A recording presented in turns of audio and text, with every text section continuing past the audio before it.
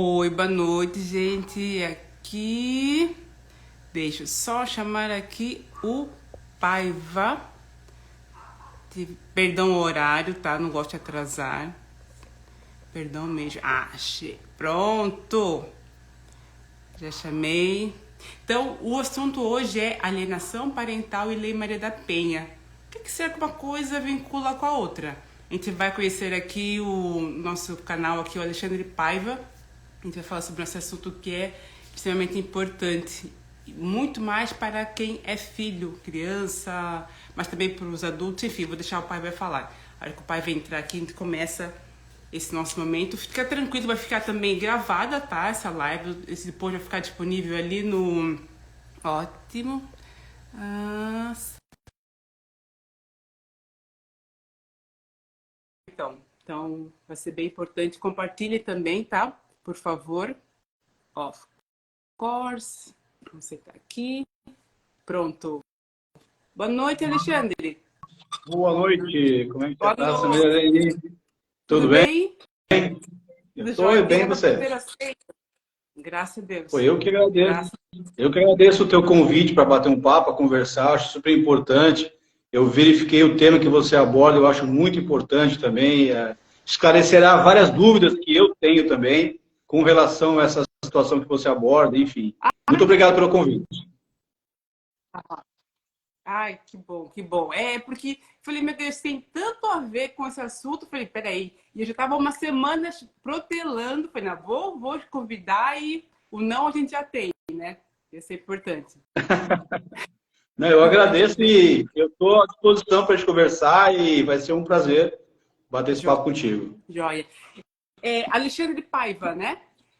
Isso. É, eu conheci a tua história através do Brasil Paralelo. Soltaram algumas coisas ali free no Brasil Paralelo. Eu acho muito bacana o jeito que eles abordam a questão familiar, pessoas e tudo mais. Aí eu falei, mas peraí, o que esse homem ali tá falando com outro senhor, o senhor Heredia, né? O Herédia. Falei, o que é isso? Falando sobre Lei Maria da Penha. Eu vou te confessar uma coisa. Eu trabalho também na área de tecnologia e sempre tem muito mais homens, né? E quando algum menino fazer uma piada meio boba, eu falei assim, ó, vou chamar a Lei Maria da Penha. Tava brincando com eles, né? Aí eu falei, pronto, agora eu vou... A piada não vai ter mais graça. Eu queria que você explicasse ali como é que é a tua história, tá? Por favor. Beleza. Como eu já te falei, eu agradeço a oportunidade também de contar um pouco da minha história e um pouquinho da minha luta. E eu fico feliz que chamou a tua atenção o documentário que nós fizemos no Brasil Paralelo, que inclusive eu quero aqui comentar com você um papo de bastidores. Eu passei a tarde toda hoje assistindo um react de uma feminista que viu o documentário também e quer destruir o nosso trabalho. Então eu fiz ali, ela gravou, foram 6 horas. 6 horas de live, é bizarro, assim. Mas, sabe, Samirene, eu acredito que em 6 minutos talvez eu consiga rebater, porque é só mais nada com nada. Para quem não assistiu, eu recomendo que assistam o Brasil Paralelo, Sim. documentário, o caso sobre a Maria da Penha, né, e o Marcos Antônio Heredia Viveiros, porque as feministas que estão assistindo e estão empolvorosas, tentando agora descredibilizar o nosso trabalho. Mas fazem justamente o contrário. Ao apresentar mais falácias e mais mentiras, fica cada vez mais claro para a maioria das pessoas, né, quem está com a razão, com o fato concreto. Então, meu nome é Alexandre Paiva, quero agradecer aqui a oportunidade de estar na rede social da Samira Helene. Quem não me segue, puder seguir, @Paiva nas ruas. Também lá no canal do YouTube é Alexandre Paiva. Eu abordo muito lá o tema alienação parental e também o caso Maria da Penha. Tenho lá 2 playlists com mais de 60 vídeos cada uma, onde eu abordo bem claramente ali sobre o tema. E eu falo também na minha conta diariamente. Por que eu faço isso? Porque há 4 anos atrás eu acabei me transformando em uma vítima da Lei Maria da Penha. Aí as pessoas se assustam. Como assim, vítima da lei? Pois é, a Lei Maria da Penha, ela acabou se transformando em um instrumento. Eu sempre digo, a lei ela tem que ser para um instrumento de defesa. É um escudo. Uma lei nunca pode ser usada como um ataque, porque você está usando um instrumento do Estado para ferir e atacar a honra e a integridade de outra pessoa. E isso, por si só, já está errado. Muitas pessoas não se davam conta disso. Quando eu comecei a falar sobre isso 4 anos atrás, praticamente ninguém falava. As pessoas estavam percebendo, assim, várias pessoas sentindo já na sua própria vida o problema, mas ninguém falava nada, com medo de enfrentar as feministas que dizem que quem é contra a lei é porque automaticamente é um agressor de mulheres. E essa é a falácia que calou por muitos anos os homens que estavam sofrendo calados, e o homem já tem uma tendência, né, Samira Helene, a sofrer calado, a não reclamar com ninguém. Ah, não, beleza, tá. Né? E a pessoa fica ali e fica internalizando. Aí eu não aceitei, eu falei, não, eu não vou carregar esse carimbo. Ou seja, há 4 anos atrás eu tomei uma medida protetiva que foi posta em mim pela genitora das minhas filhas, que já tinha o intuito de me afastar delas, e ela conseguiu, usando essa arma, que é a Lei Maria da Penha, que ela já tinha o intuito de me afastar, porque queria ter ela todo o controle, porque geralmente, você que aborda esse tema de mulheres narcisistas, né? Geralmente tem muita mulher que ela quer ter o controle da situação e o controle da educação dos filhos. E, né, após o divórcio, gerou-se todo esse sentimento na parte de lá. Eu comecei a sentir aos poucos, até o dia que eu falei, não dá mais. Fiz uma reunião em família, ela não queria nem que a gente fizesse essa reunião. Eu ainda considero uma reunião em família, porque apesar de estarmos divorciados, ela é a mãe e eu sou o pai das 2 meninas. E ela não queria, né? E a gente fez essa reunião, e depois dessa reunião, né, eu percebi que a coisa piorou. Depois eu descobri que a minha filha estava me gravando escondida nessa reunião. Olha só a situação.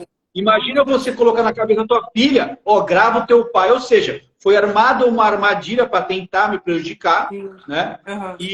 Mas só que depois acabou servindo contra ela, porque, né, não aconteceu absolutamente nada, não houve nenhuma violência, nenhuma agressão, nada. E aí isso depois eu que fiz questão de incluir isso lá no processo como uma das provas de alienação parental. Porque se você faz uma filha tua gravar o pai escondido, olha só o que você já coloca na cabeça da criança. Vamos armar uma armadilha em conjunto contra o seu pai. Sabe? Isso já é assim, um sintoma absurdo. E aí depois disso ela inventou que estava se sentindo ameaçada e pediu medida protetiva. Isso vem se alongando, porque agora, inclusive, a Lei Maria da Penha diz que a mulher pode prorrogar isso ao infinito. Basta a ela se sentir... Eles não dizem isso categoricamente na lei, para deixar bem claro. Mas o resultado prático é esse. Porque se você diz para a mulher, olha, enquanto persistir o risco à mulher, ela pode manter a protetiva. Ou seja, ela pode manter eternamente se ela quiser.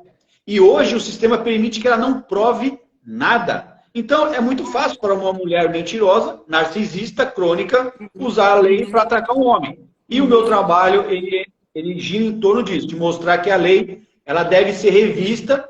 Obviamente que, na minha opinião, que é um pouco mais radical, talvez, eu diria, que é acabar com a lei. Porque eu quero, Samira Helene, é que tanto eu quanto você tenhamos o mesmo valor para o poder público. Eu não tenho menos valor do que você. A minha vida não tem menos valor do que a tua. Eu vou morrer ou você vai morrer. As duas vidas se equivalem. Então você não pode dar mais peso para a vida da mulher do que para a vida do homem. Porque se você mata uma mulher hoje e ganha essa adicionante do tal do feminicídio, a sua pena ela é assim, jogada lá para cima. Ou seja, na prática, a vida da mulher tem mais valor que a vida do homem. E eu acho isso injusto. E eu decidi começar a estudar. E aí eu cheguei até o ex-marido da Maria da Penha. As pessoas se espantam. Como assim você foi falar com um agressor de mulheres? Porque eu estudei o caso, li os livros dele. Isso aqui, inclusive, são todos os livros que ele escreveu. Menos esse aqui é a Constituição Brasileira, né? Para cá são todos os livros dele. Ele escreveu mais de 20 livros. E nunca ninguém tinha dado ouvido a ele. E aí eu resolvi dar o espaço para ele no meu canal. E aí, aqui estamos conversando, porque aí chegou no Brasil Paralelo, e aí mais pessoas vieram a conhecer também um pouco mais da história. Inclusive, eu sempre gosto de citar que isso aqui é um presente que ele me deu. É uma espada que ele me deu de presente, que eu guardo com muito orgulho, com muita honra, e é uma espada lindíssima, espanhola, ele comprou em Barcelona. É um presente bacana que eu ganhei dele, porque ele me entende, inclusive um dos livros dele é A Vida de um Guerreiro. Ele entende que ele é um guerreiro em nome da justiça e da verdade. E eu também hoje me entendo dessa forma. Eu só quero a justiça. Eu não quero que mulheres apanhe de homens, Não, e também não não. quero que mulheres digam que apanhou sem terem apanhado e o homem paga o preço, entendeu? Entendi. E você falou uma coisa que me deu ali, ó, um despertar. Tu disseste que piorou, né? Tu viste algum, assim, que às vezes eu sei que vocês homens, às vezes são mais, não vou me incomodar, tá. Não, deve ser alguma coisa, deve estar TP, alguma coisa assim, né? Eu sei que isso é normal e eu respeito também esse... Homem é diferente de mulher, pô. Mas tu fala assim, teve alguma coisa que piorou. O que tu tinha visto antes que estava dando talvez alguma estranheza, só que foi se passando? O que tu vias? Muito, muito boa pergunta, porque muitos homens hoje talvez estejam passando por isso e não estejam identificando o Isso, problema. O que que eu isso. notei? Eu notei o Aham. seguinte, Helene. Hum, Quando eu, por exemplo, queria sair com a menina, por exemplo, para levar ela para algum compromisso comigo, que não fosse, uhum, por exemplo, algo para a menina ou algo que ela quisesse que eu fizesse, como, por exemplo, ela precisa de um dentista. E eu sempre me prontifiquei, eu levo um dentista. Ou seja, uhum, os compromissos das crianças eram só os compromissos que ela queria que as crianças tivessem. Por exemplo, se surgisse um churrasco de um amigo onde eu quisesse levar elas. Não sim. vai dar porque elas vão fazer isso. Ou seja, eu comecei a perceber. Aí no começo eu falei, tudo bem, vai. Aí isso começou a virar sequencial. Começou a acontecer várias vezes. Até o dia em que ela chegou, como eu te falei, e expôs isso, ela chegou a falar, olha, você está vindo muito aqui ver elas, tem que vir menos. Quando é que você ouve de uma mãe falar que o pai está vendo a filha demais? Porque nós ouvimos muitas mulheres falarem o seguinte, olha, o homem não quer saber, o homem não está Não nem aí para os filhos. comparece. Aí quando a mulher tem um pai que é presente, quer estar ali, ela diz para o pai, inclusive esse foi o motivo da minha reunião. Como eu te falei, isso para mim foi um absurdo. Como que uma mãe pode dizer que um pai está vendo a filha demais? Olha, é muito.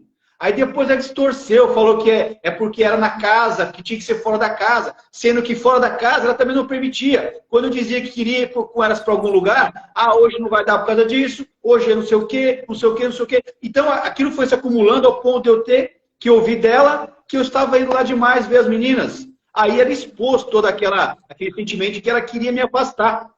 E nesse momento ela já estava começando um outro relacionamento. Talvez querendo já empurrar o pai para longe, para não causar ciúmes, talvez, no namorado atual, enfim.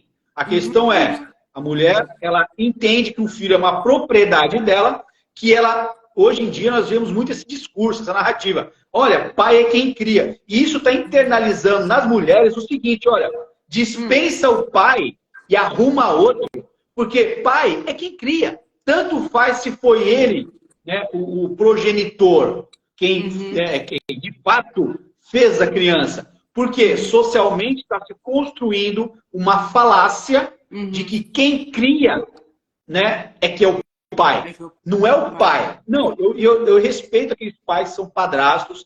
Tem muito padrasto que faz um papel excelente, que tem pai realmente que não quer saber. Só que esse padrasto tem que saber entender a situação real daquela família. Se é de fato um homem que não quer ver a criança, ou se é a mulher que está afastando a criança desse pai. E aí ele quer assumir ali, não, então deixa que eu sou o pai. Por quê? Pai é quem cria. Não, você não ouve falar, Samir Helene, mãe é quem cria. Você não ouve essa frase.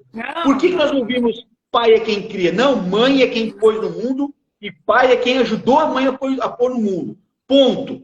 As crianças sabem disso. Tanto é que pessoas que crescem sem os pais, que crescem talvez bem criados até por um padrasto, sentem a falta do pai, que é metade dele, que é a personalidade, que é fisicamente a aparência dele.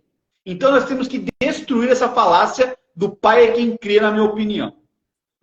Ó, que interessante, interessante.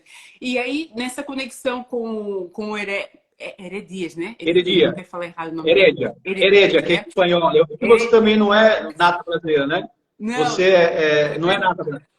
Não, é na família de Angola e nascida em Portugal. Seja aí muito bem-vindo. olha que legal. E está no Brasil agora conosco aqui. Que bacana, Sim, seja muito bem-vindo aqui. E o Marco, ele é colombiano também. Aqui no Brasil, nós recebemos muito bem as pessoas de fora do nosso país, É uma falácia ao falar que o brasileiro é racista, porque nós aqui somos uma miscigenação de cores, de raças. Então, é uma mentira que o Brasil é um país racista. Eu sempre me dei muito bem com pessoas que não eram brancas como eu, e hoje eu vejo essa guerra entre homens e mulheres, negros e brancos, héteros e gays. E assim, tá ridículo, gente. A gente tem que botar a mão na cabeça, e é por isso que eu digo que nós temos que acabar com a Lei Maria da Penha. Chega de leis que diferenciem mulheres de homens. Nós somos todos iguais. Deveríamos ser, não é verdade? Deveríamos ser. Aí, complementando, o Marco, como ele nasceu na Colômbia, então, Heredia, ele até, a gente chama de heredia, Heredia, eu aprendi a falar porque ele ficou me... Não, Heredia, eu falei, tá bom, Heredia. Mas pode falar Heredia, que ele hoje ele entendeu que é a nossa forma de falar e tudo bem. E aí, inclusive, falava com ele aqui um pouquinho antes de abrir a live contigo. Estava conversando com ele aqui pelo WhatsApp. Nós temos um contato frequente ali, muito por conta dessa live que eu te falei da feminista. Né? E eu falar para ele que a gente vai gravar um vídeo para rebater, enfim. Mas ele é um cara que veio para o Brasil lá nos anos 70, é um cara que nunca teve uma má índole, nunca teve um problema com a justiça, com a polícia, nada. Veio para o Brasil para estudar, de uma bolsa que ele recebeu, né, lá para a Universidade de São Paulo, na USP, e aí se formou, começou a trabalhar aqui, né, e ele começou a desenvolver a vida dele no Brasil. As pessoas falam, por que ele não voltou para o país dele? Não, porque hoje ele entende o país dele, o Brasil. Ele já se entende como brasileiro, ele é um cidadão brasileiro, né? Então ele ficou aqui porque ele ama esse país como nós amamos e não tem que ir embora nada mesmo, tem que ficar. E ele decidiu lutar pela verdade. Tanto é que ele escreveu todos esses livros aqui para mostrar que ele foi condenado injustamente. E eu estou trabalhando para que, né, as pessoas tenham esse conhecimento e para que nós possamos reabrir o processo. Você deve imaginar que não é nada fácil, mas nós estamos trabalhando para isso. Não é nada fácil. Até porque você, se for olhar, porque assim, aí você entra não é nem um pensamento que a gente tem que pensar, a gente pensa meio que em vários pontos, né? Porque, é igual tu falou, ninguém aprova qualquer tipo de violência contra ninguém, nem contra homens e nem contra mulheres. Eu também penso muito assim, porque, infelizmente, eu sempre uma sacralização da mulher hoje. E até eu tinha gravado um vídeo esse dia e falei assim, meu Deus, eu como mulher, as mulheres nós também erramos, né? A gente também tem pensamento ruim, é o ser humano, né? Que Deus fez. E ao mesmo tempo, a gente sabe que não é um incentivo, eu quero que tenha violência, alguma coisa assim, né? E aí, sabe o que eu ia te perguntar, Alexandre? Tu e o Heredes, né? Porque o Heredes, ele teve aquela questão que eu vi mais ou menos assim, como mulher, a mulher, ele acabou, né, tendo um caso extraconjugal. E aí, talvez por um motivo mais de vingança, né? Olha, você me fez isso, eu vou te fazer isso. Aconteceu isso com ele, né? E ele tem essa questão do arrependimento, né? Nessa questão assim, né, Alexandre? Sim, ele sempre diz desde o começo, ele falhou realmente de fato, né, nessa questão. E eu sempre digo que isso, não vou generalizar, que é uma coisa de homem, mas o homem, ele, não sei, talvez por conta dos hormônios, dizem que isso aí também já é sintoma de machismo, mas é diferente para o homem e para a mulher a questão sexual. A mulher, ela, em maior parte, talvez, ela queira um envolvimento emocional além do sexual. E o homem, às vezes, acaba indo pelo instinto animal mesmo, enfim, e erra. Se ele assumir um compromisso de monogamia com a mulher, ele tem que cumprir, ponto. E também vice-versa, a mulher, mesma coisa. Porque sabe o que eu percebo, Samir Helene? Quando é com a mulher, e a mulher, por exemplo, tem um caso extraconjugal, diz o seguinte, foi escolha da mulher, o homem não pode impedir porque o homem não é dono, a mulher não é propriedade do homem. Só que é o seguinte, é uma falácia, porque quando acontece o contrário e o homem trai, a mulher faz isso que a Maria da Penha fez. Ela entende que o homem é propriedade, ou seja, que ela pode sim fazer todo o mal que ela quiser esse homem, que todo o mal que ela fizer é pouco. E sabe por que eu digo isso? Que nos comentários que eu ouço na rede social, quando acontece, por exemplo, uma mulher pegar um homem no flagrante, eu já publiquei já, e foi mais de um caso, tá? A mulher, na vingança, às vezes até chega a decepar o pênis do homem. E você vai nos comentários, as mulheres aplaudindo isso.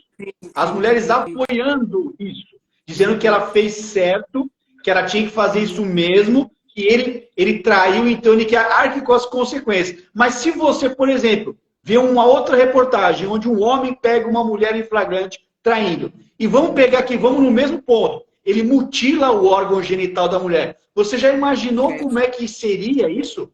O estardalhaço que seria capa do primeiro jornal no Brasil inteiro, como se fosse a prova do machismo. Mas não, são homens e mulheres descontrolados, ciumentos, possessivos, não tem nada com machismo. O ser humano tem falhas, o ser humano tem, sim, as suas imperfeições, homens e mulheres. E o Marco, ele sempre disse isso. Ele conheceu essa moça que ele teve esse relacionamento, ela é numa cidade que ele viajava e manteve ali um contato com ela, né? E ele sempre disse, mas né, eu não merecia isso tudo que me aconteceu por conta de uma traição que ele assume, que ele reconhece, sabe que errou. Ele me disse já, até em off, que ele assim, quando ele lembra disso, dói nele, porque ele era feliz, não sabia. Ele tinha as 3 filhas, né, tinha uma vida estável, era professor, tinha esposa na casa dele, que eles estavam bem, eles se davam bem, apesar dela falar que não, mas vários indícios de que eles se davam bem. Ela tinha três empregadas dentro da casa, 2 que ficavam fixas e uma que vinha semanalmente. Ela não era tratada como uma empregada do lar, como muitas pessoas costumam falar. E pensa bem, se ele tem pessoas de fora que moram na casa, ele não vai ficar espancando a mulher. E, inclusive, eu já publiquei a dona Maria da Penha mesmo, dando entrevista e reconhecendo que ele não agredia. Eu vi esse. Não sei se você chegou a ver. Então, a própria Maria da Penha hoje diz. Só que se você puxar o processo, inclusive, essa feminista, no vídeo que ela postou hoje, ela puxa no processo. E é um monte de história da carochinha, sabe aquela... É um dramalhão mexicano. O processo é um dramalhão mexicano para convencer o júri de que ele era um monstro. E acabaram, parece que, convencendo, né? Porém, hoje, 40 anos depois, nós vemos vídeos dela mesma dizendo a si própria. Ou seja, ela mentiu. Ponto. E hoje fica cada vez mais claro que ela mentiu. Ela só agora talvez não veja como, talvez, assumir isso. Chegar agora e falar, pessoal, foi mal, desculpa aí, eu menti. Não tem mais como. Porque ganhou uma proporção tão grande. O caso dela virou uma lei. O nome dela é famoso no Brasil inteiro. Então, talvez ela morra abraçada com essa mentira, enfim, né? Não sei. Quem sabe, em seu leito de morte, ela arrependida pelas maldades que fez em terra, admita, né? Enfim, não sei. Nossa, olha. E perguntar uma coisa para ti. Hoje a gente sabe que está um pouquinho distorcido algumas coisas, né? Não sei se... Às vezes eu me pergunto, será que é porque a gente está muito dentro da internet e vê muito mais coisa do que antes? Que antes não dá para ver tanta coisa, ou não, né? E como é que tu vê esse tu fala de... Acho que sim também, né? Porque é tudo muito mais rápido, né? E muito mais nossa cara. E como é que tu vê essa questão do homem hoje? Mas pode falar, continua, complemento. Só complementando a sua colocação anterior, a internet ela se transformou num canal de mídia. Você tem o seu canal de mídia, eu tenho o meu. Antigamente era um monopólio das informações. Então, era feito o quê? Eles selecionavam a dedo as notícias que eles queriam dar, ignoravam todas as outras. Hoje, cada pessoa pode ter um portal de notícias.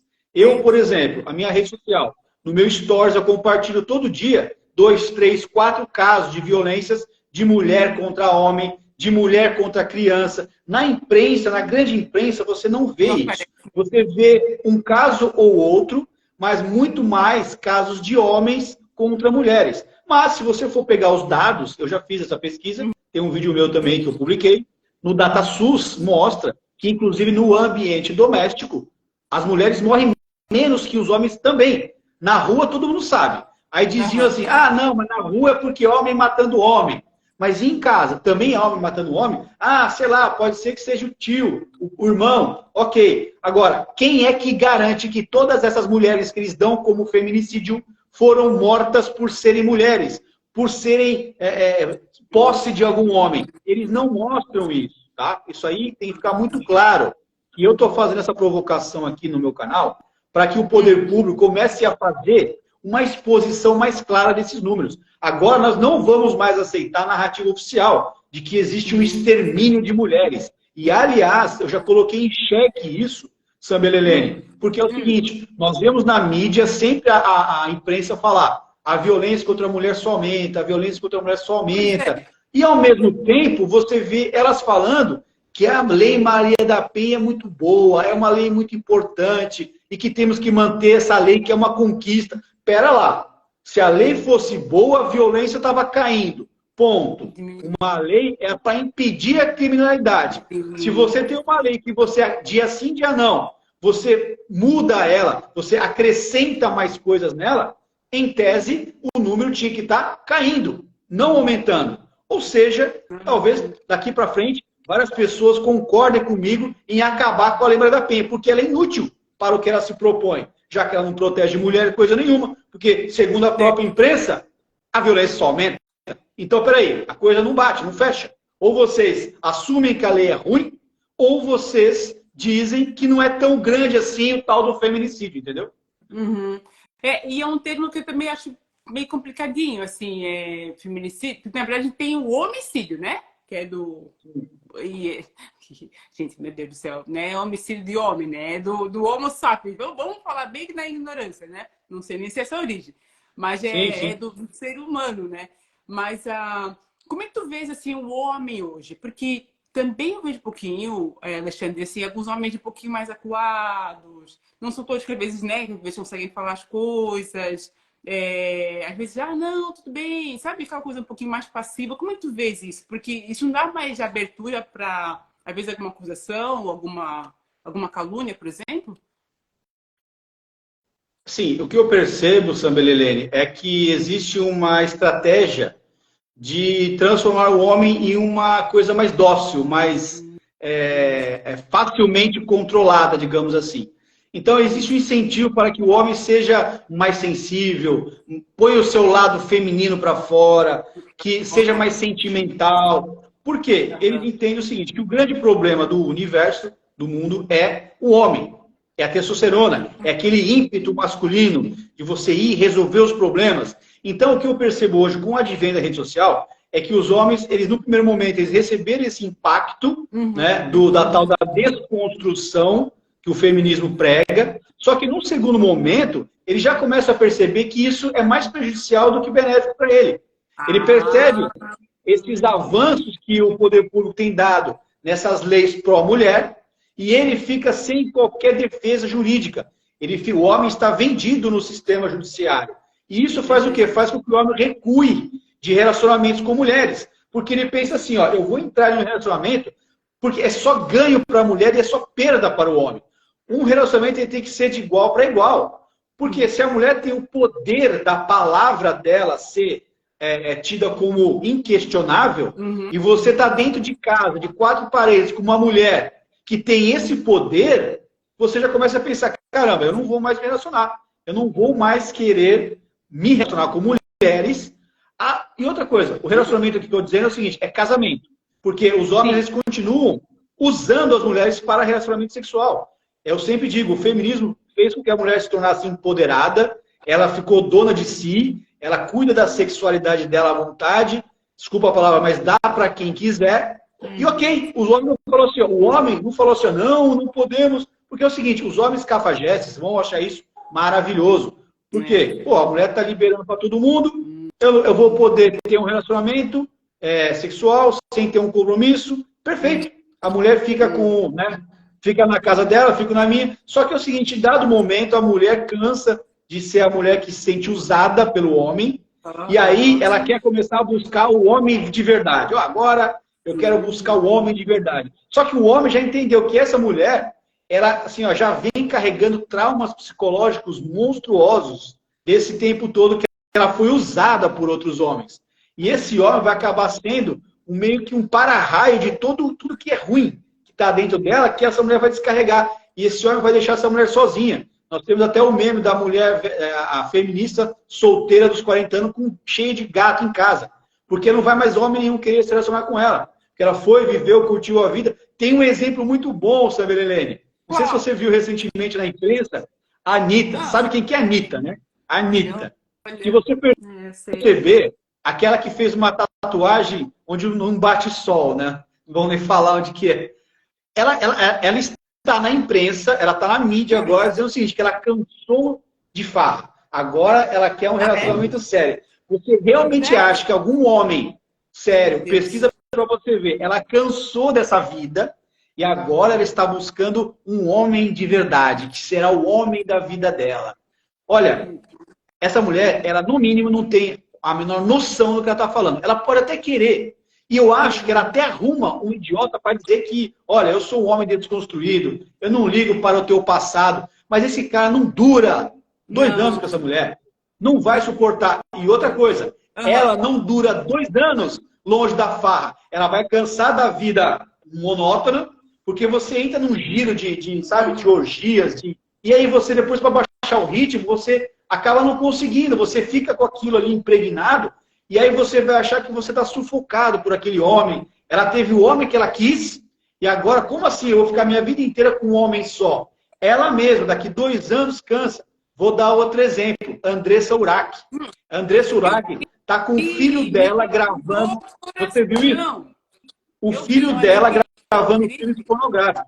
Se você lembrar, há dois anos atrás, ela tinha voltado para Jesus. Você lembra? Eu lembro. Olha, eu voltei para Jesus. Eu voltei para a igreja.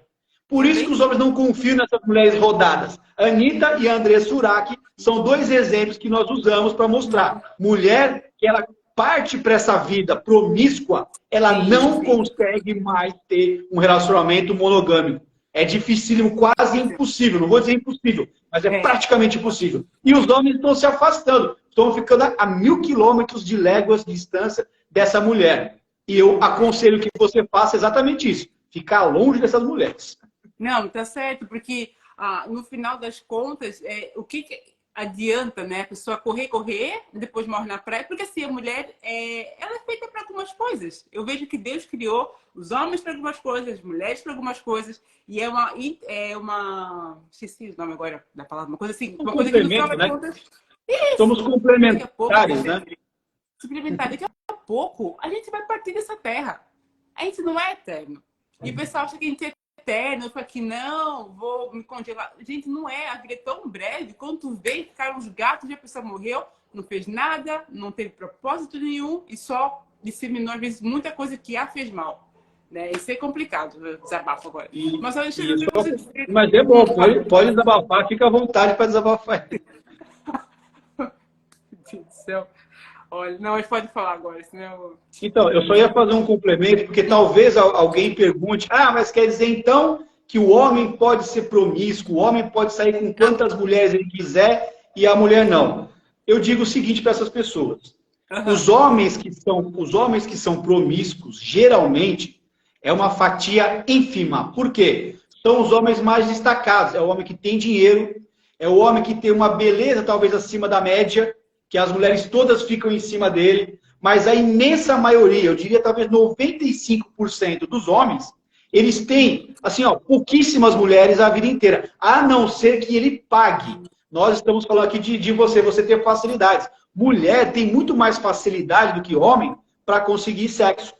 O homem, ele tem uma extrema dificuldade para conseguir sexo. Então, essas mulheres todas, elas estão se baseando naquela pequena minoria de homens que conseguem isso, entendeu? A mulher consegue facilmente, só se eles forem muito destacados, ou você é um jogador de futebol, ou você é um político, ou alguém que tem muito dinheiro, aí você vira objetivo, alvo dessas mulheres. E aí vai chover mulher na sua horta. Mas esses são poucos homens, pouquíssimos homens, em comparação com a imensa maioria que não tem essa facilidade, que é o homem comum, que é o homem, né, o trabalhador, aquele trabalhador que a mulher não quer.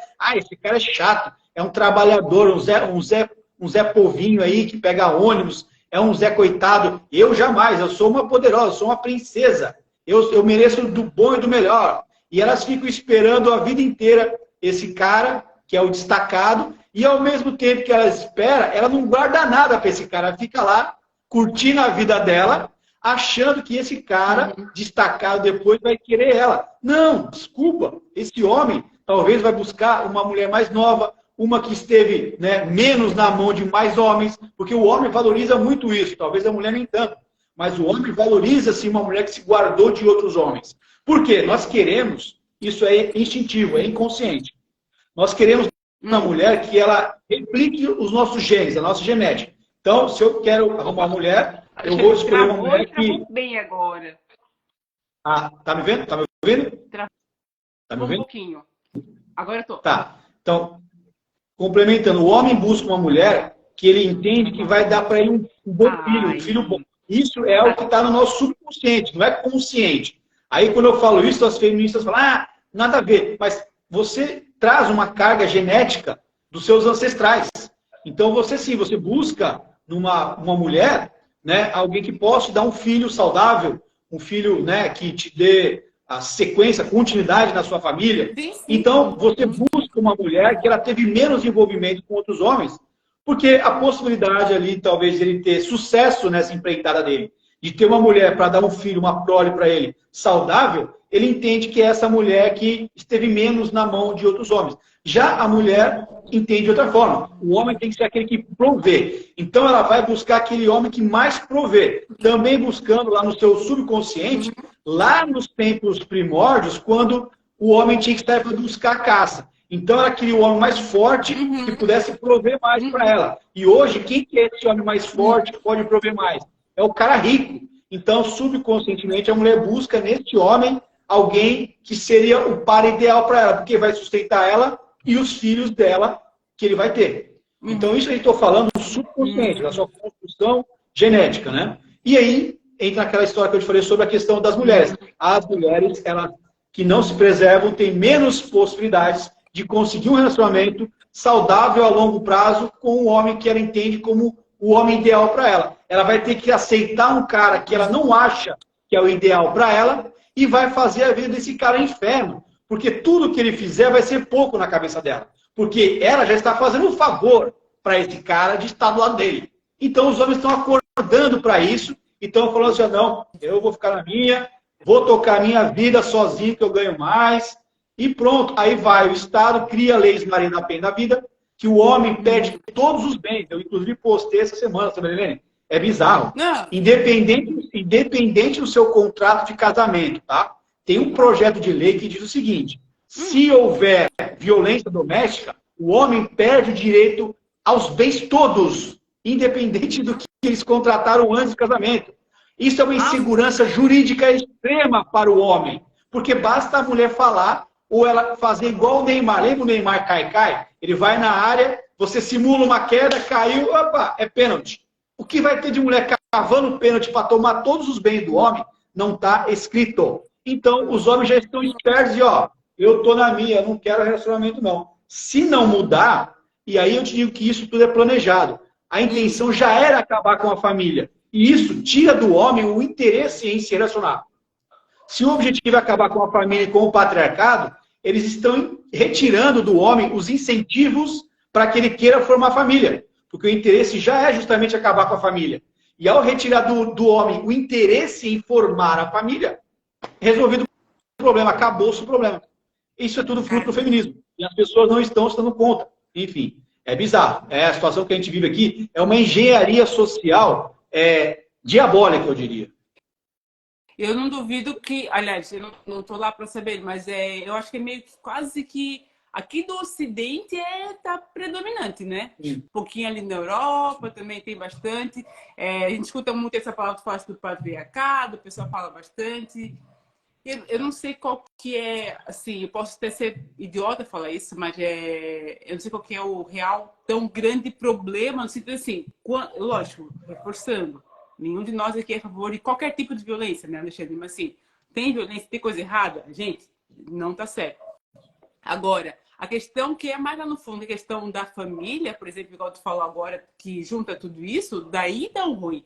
Né? Então, a gente vê muito isso também aqui no nosso Brasil também, tá? Bastante essa parte. E uma coisa que eu te perguntar, Alexandre, mas acho que tu já meio que respondeste, tu achas que a mulher está um pouquinho nessa questão? Tem um lado da mulher que às vezes está muito puxada para o feminismo, tem algumas ainda remanescentes, não tem? Como é que tu vê esse lado ali? Agora ficou boa Infelizmente, o feminismo está impregnado na cabeça da imensa maioria das mulheres. Muitas estão se dando conta disso, estão revendo alguns pensamentos, mas isso já está entranhado. Inclusive, só complementando o que a gente estava falando, o objetivo todo disso é, como eu te falei lá atrás, é feminilizar o homem, é transformar o homem em alguém manso, mais facilmente controlável. Isso é um trabalho que o Estado está fazendo esse trabalho, o Estado usa a mulher para enfraquecer o homem. Porque esse homem enfraquecido oferece menos resistência a um Estado que pensa em controlar toda a sua vida. Porque se o homem já está castrado pelo feminismo, esse homem não vai ter forças para enfrentar o Estado, para se levantar, para ir para uma guerra, talvez, se preciso for, para defender a sua liberdade. E aí o homem vai ficar... É igual quando antigamente se falava sobre a questão do... Quando existiam os negros escravizados aqui no Brasil. Eles açoitavam tanto o negro, humilhavam tanto o negro, transformavam ele assim... eles aprisionavam a mente dele. E tinha alguns que você chegava a abrir a porteira e eles não saíam. Porque ele não tinha nem mais força.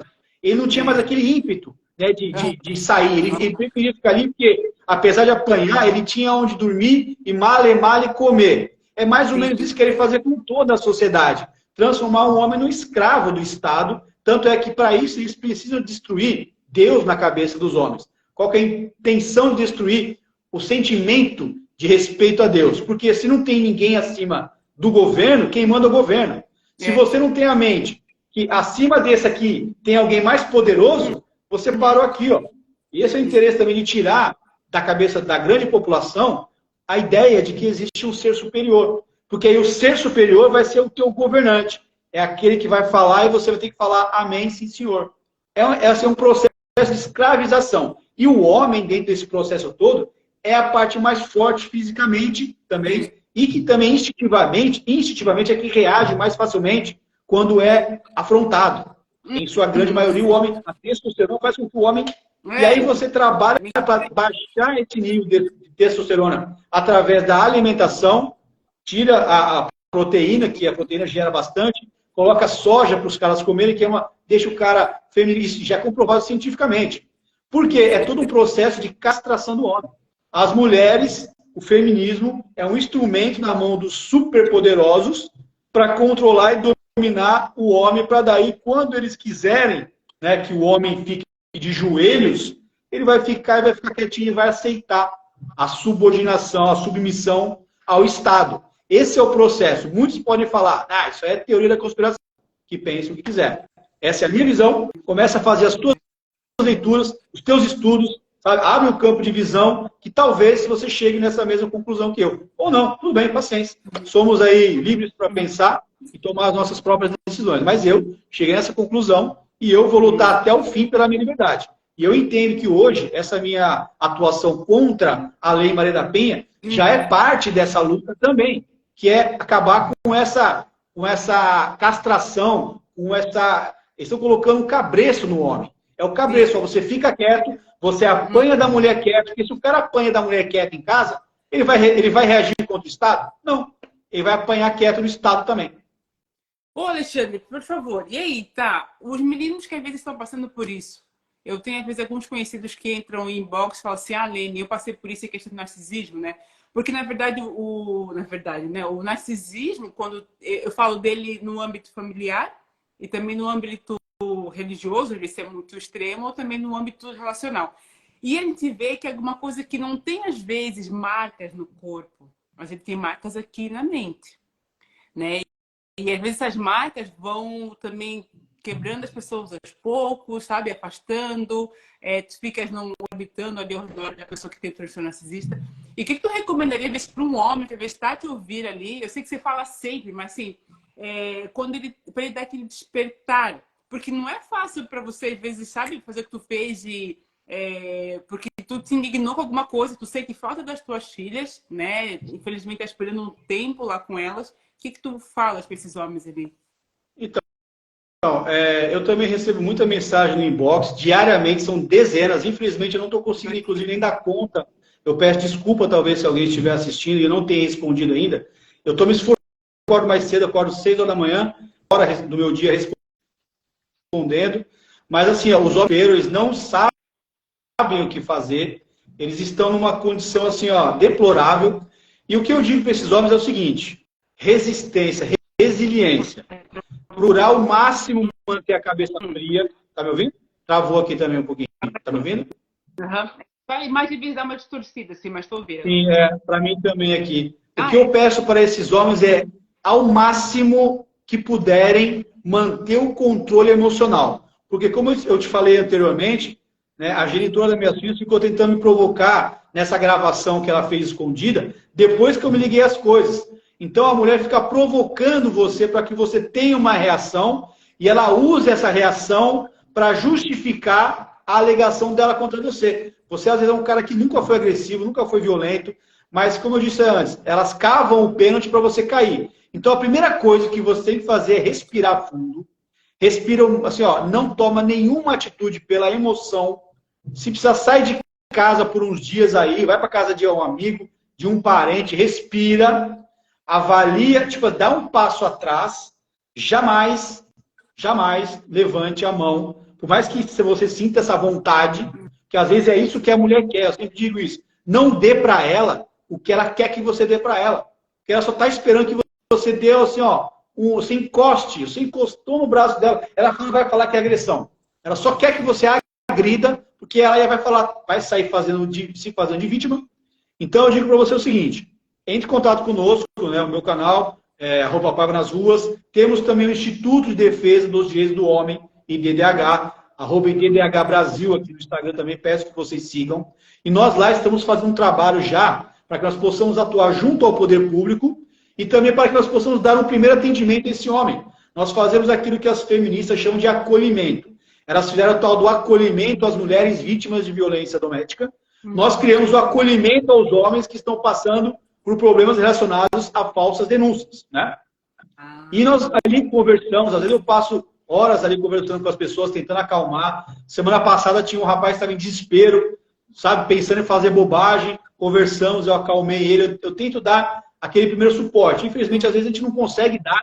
E aí, por isso que eu junto com mais algumas outras pessoas, fundamos o Instituto de Defesa do Direito dos Homens. Porque aí nós vamos ter um atendimento especializado e, acima de tudo, nós vamos começar a mostrar para o poder público que nós estamos organizados e nós vamos trabalhar, sim, em prol dos nossos direitos. Porque o homem não é detentor de direitos, porque quando eu falo, nossa, como assim? Instituto de Defesa dos Direitos do Homem. Isso deve ser piada, né? Como se o homem não fosse merecedor de direitos.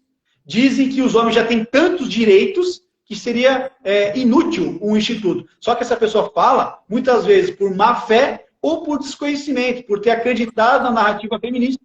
Porque a realidade fática é, os homens estão desassistidos no poder judiciário.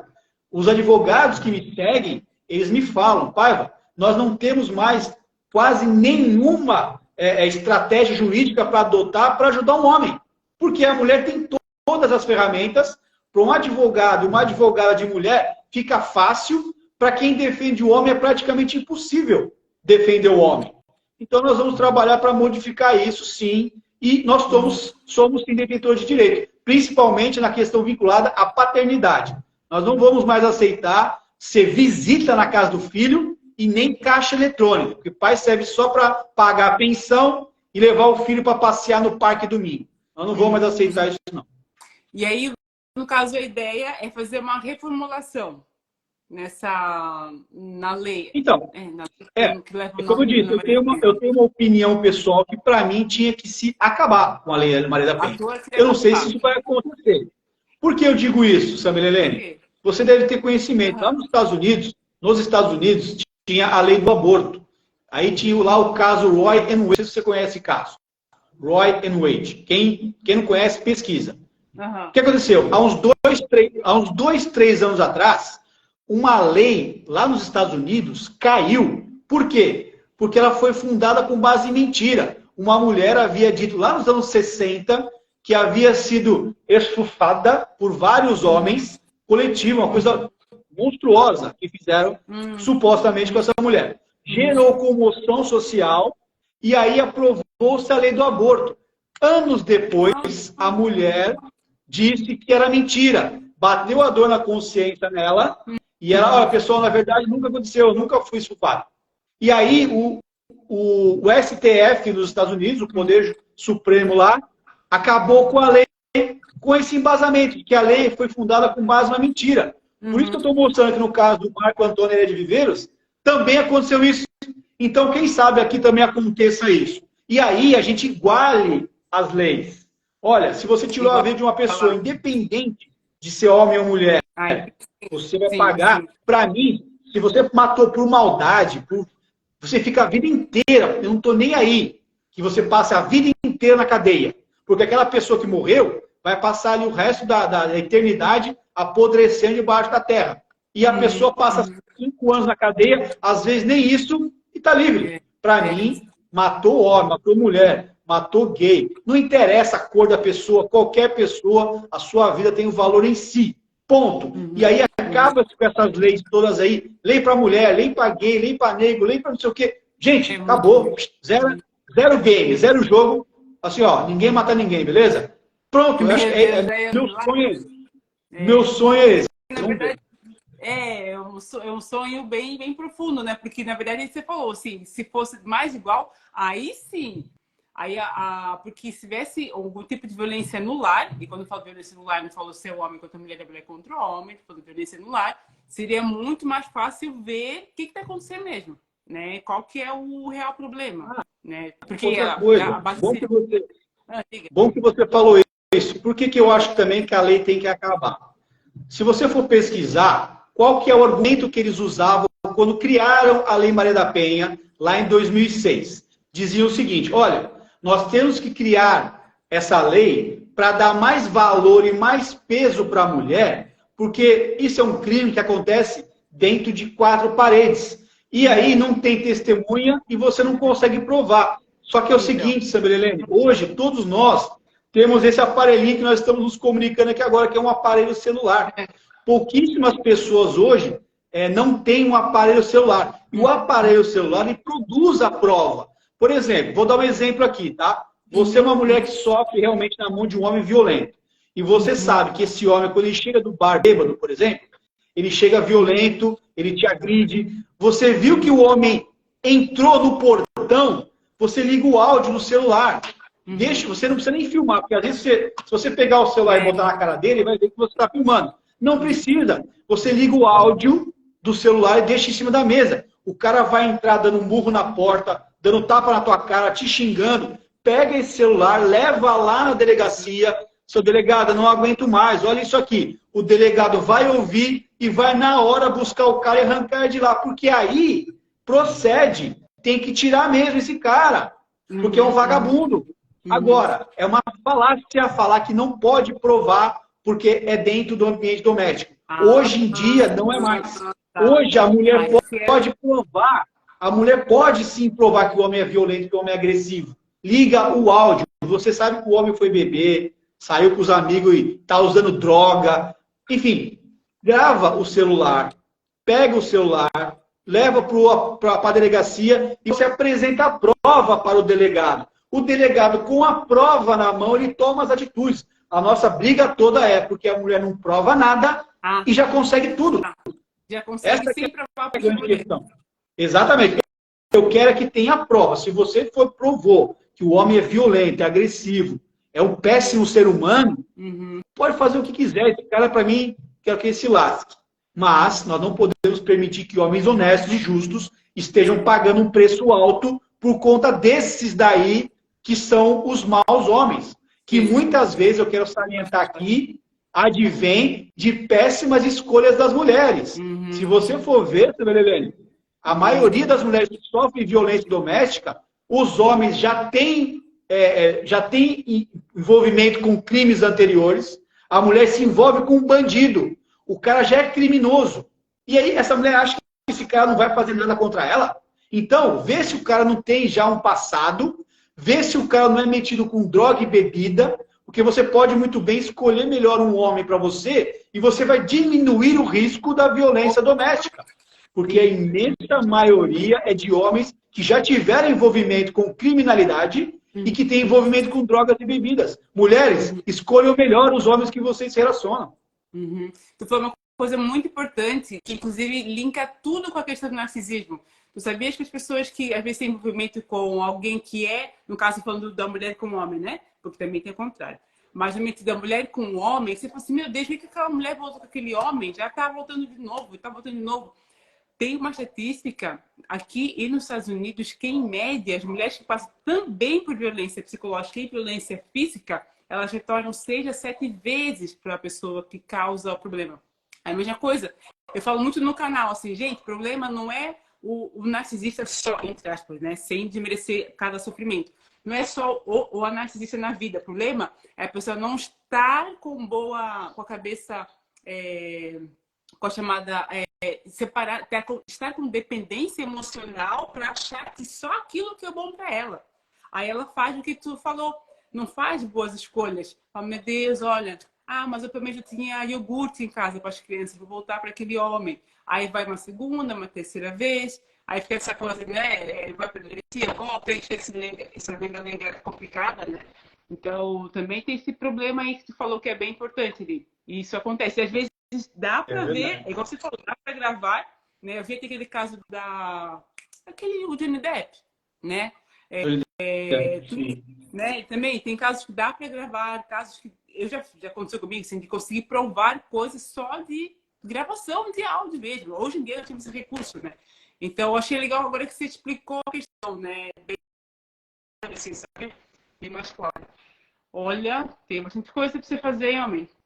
Exato. É muita coisa. E eu preciso da ajuda das boas mulheres, assim como você, que eu sei que você é, e, né, que é para a gente mudar isso, porque eu sempre digo que não é uma coisa de homem contra mulher. Não. Hoje, eu já provei isso, que é o seguinte, já está dando efeito colateral nas mulheres também. Por quê? Você, por exemplo, se relaciona hoje com um homem que tem um filho com uma mulher narcisista, com uma mulher psicopata.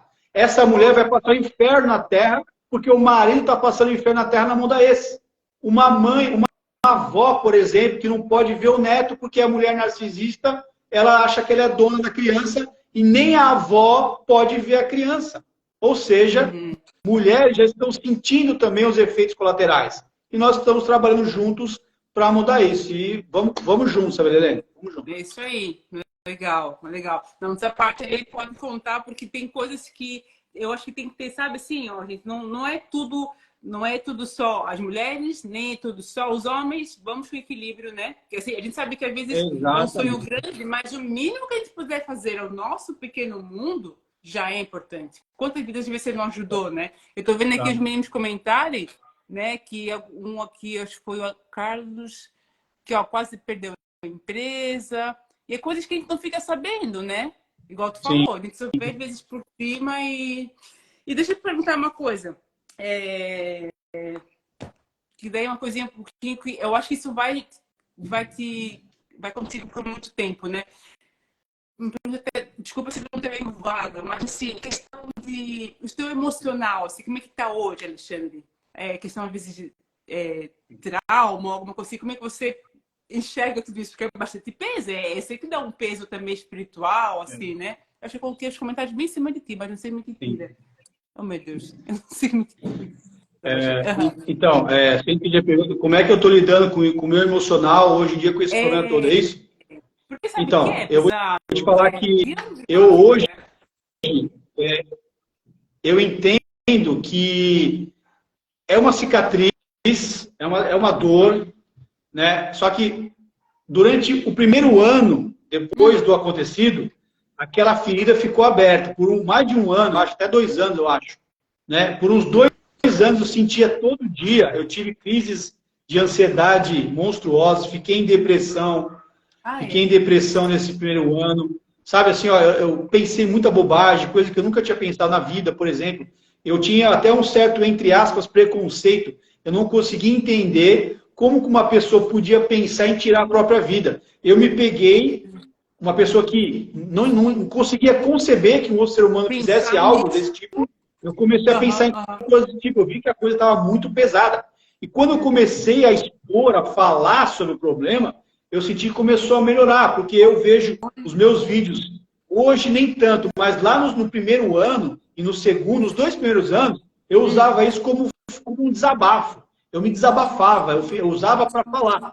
E meio que eu falava comigo mesmo, porque quando eu estou gravando vídeo, eu estou olhando para o meu rosto ali gravando vídeo. É meio que eu conversando comigo mesmo, só que gravado, documentado, e as pessoas também assistiam. E eu pretendo também escrever um livro sobre isso, sobre essa história. Hoje, assim, eu sinto que, não que a dor ela deixou de existir, mas eu consigo talvez controlar um pouco mais. Eu, às vezes, me pego pensando o seguinte: as minhas filhas, isso não é que me dá um pouco mais de tranquilidade, mas eu consigo assimilar melhor dentro da minha cabeça.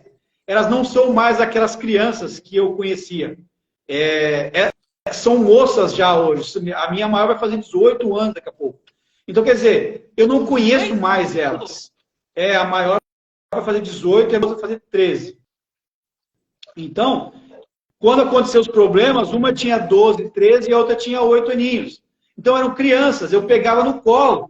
Agora já são adultas. Então, e hoje, né, o pessoal sempre fala assim, mas e tuas filhas? Elas hoje dizem que elas não querem. Por quê? Você pergunta para elas, elas não sabem falar. A psicóloga pergunta, por que você não quer ver teu pai? Ela não fala nada com nada, porque não existiu um motivo em si. Foi só aquela destruição da minha imagem na cabeça delas, que hoje elas dizem, olha, eu que não quero ver meu pai. Mas essa é a síndrome da alienação parental. Você desenvolve na cabeça da criança aquela ojeriza a figura paterna, o pai, e a criança compra o lado da mãe. Principalmente as minhas, que são duas mulheres. Geralmente as mulheres compram o lado da mãe, da mulher, enfim. Né? E hoje eu me pego pensando para me acalmar nesse momento, porque eu sempre sonho com elas pequenas.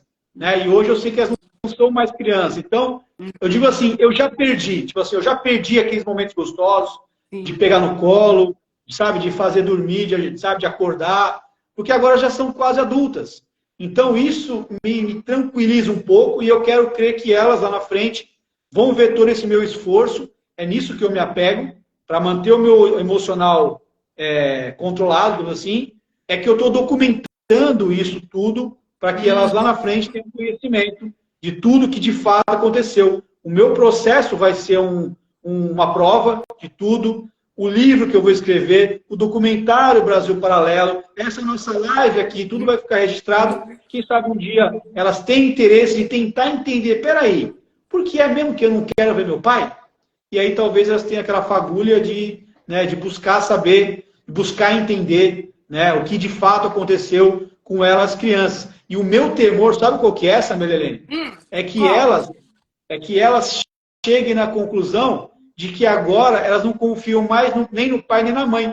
Porque elas vão ver tudo que a mãe fez para afastar o pai delas, e aí talvez por esse laço, esse laço afetivo nosso ter sido rompido, vai ser difícil para elas se aproximar, aí elas vão romper o laço com a mãe, vão ter o meu laço rompido, e elas vão ficar crianças perturbadas psicologicamente, que não vão ter confiança nem no pai nem na mãe mais. Esse é o meu medo. Posso fazer uma coisa meio bizarra que eu espero que as suas filhas vejam. A gente vai ter fé que elas vejam, cheguem no lugar. Meninas, se acontecer isso que o teu pai falou, de vocês acharem que a mãe mentiu a vida toda e vocês não têm aquele vínculo com o pai, uma sugestão que eu dou para vocês, e eu sei o que eu estou falando. Perguntem para Deus, peçam para Deus iluminar a mente de vocês. Porque tanto o pai quanto a mãe não foram perfeitos na vida. Eles são seres humanos como vocês duas são. E se um dia vocês forem também virarem mães, então vocês vão entender o quanto que às vezes acontece na vida adulta. E se forcem primeiro a pedir para Deus sabedoria. Eu falo para vocês, peçam sabedoria para Deus. E para Ele tirar toda aquela coisa de pedra que às vezes está ao redor do coração. Que às vezes olham para esse pai, às vezes até o vê na internet, você não quer saber desse homem. Mas dê uma chance para vocês. Dá uma chance para tudo que vocês tiveram de memória com a mãe e dá uma chance para ouvir o pai. Mesmo se estiverem com raiva, dá uma chance para esse pai. Porque é muito melhor, porque quando a nossa vida, quando a gente vai crescendo, você fala assim, poxa vida, eu poderia ter adiantado o processo. Então, o que eu estou falando é uma coisa bem séria e é real. Tá bom, é isso aí. Espero que elas vejam, ouçam e tenham essa iniciativa, porque é o ideal, porque o risco é grande delas desenvolverem uma relação ruim com a mãe também, a partir do momento que elas entenderem que a mãe manipulou elas para se afastar do pai, principalmente a minha mais novinha, a Rafinha. Nós éramos muito apegados. E isso eu percebi que era um incômodo para a genitora, que a menorzinha, a caçuda, era muita vez dela, seja a que mais sofra, porque ela tinha um pai que ela adorava, que ela amava. Nessa reunião, inclusive, ela ficou abraçadinha comigo, ela falava que me amava, sabe? Assim foi carinhosinha comigo. E aí a mãe via isso, sabe? Enfim, é complicado. Enfim, mas eu quero crer que elas vão ter essa força que você sugeriu, enfim, vamos ter fé. É isso que você falou, vamos se agarrar com Deus, e é isso aí. Samuelene, eu vou te pedir para daqui a pouquinho já finalizar, porque eu já tenho mais um compromisso. Mas foi muito legal conversar contigo, eu queria agradecer aí.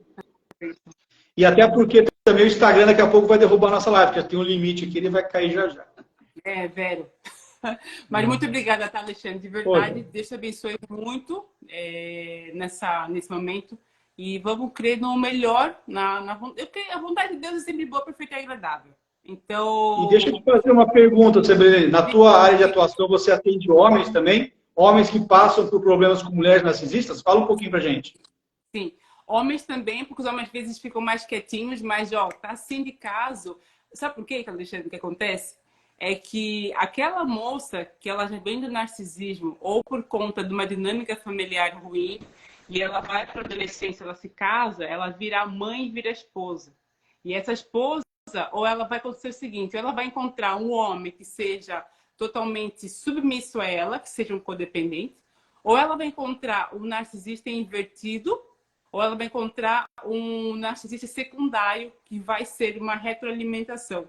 Então, também eu atendo homens, sim, com certeza. Os homens precisam muito. Inclusive, estava gravando agora há pouco uma jornada que eu estou programando, que eu estou gravando, que chama-se VAS, que é Volte a Sorrir. Porque quando a pessoa passa uma vivência com o narcisista, a gente sai em frangalhos. Então, é um processo que leva tempo, mas que sim, também os homens têm que encontrar isso, porque tem umas mulheres meio desgovernadas por aí, tá? Tem um negócio meio complicado e machuca. Então tá, foi um prazer conversar contigo, Samuelene. Qualquer coisa, só mandar mensagem aí. Tem meu contato, tamo junto. Tá, Jóia. Obrigadão, tá, pai? Deus abençoe. Um abraço. Obrigada. Deus abençoe, tá? Bom descanso. Tchau, tchau. Amém. Tchau, tchau. Obrigada.